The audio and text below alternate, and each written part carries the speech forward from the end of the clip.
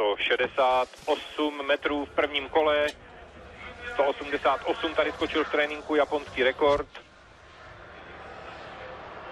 A to byly veliké starosti, které skončily nepříjemným pádem. Jinya Nishikata skončil v kotrmelcích, tak to byl druhý pád v průběhu závodů.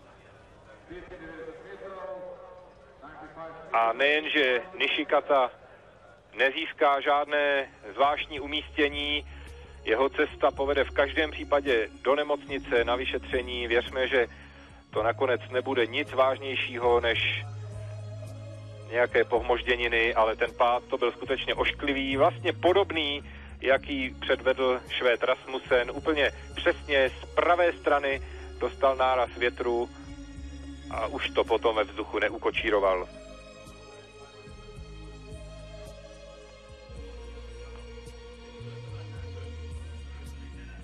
Nishikata se snažil sice ten pád korigovat a tady to vypadalo, ruka přece jenom dostala náraz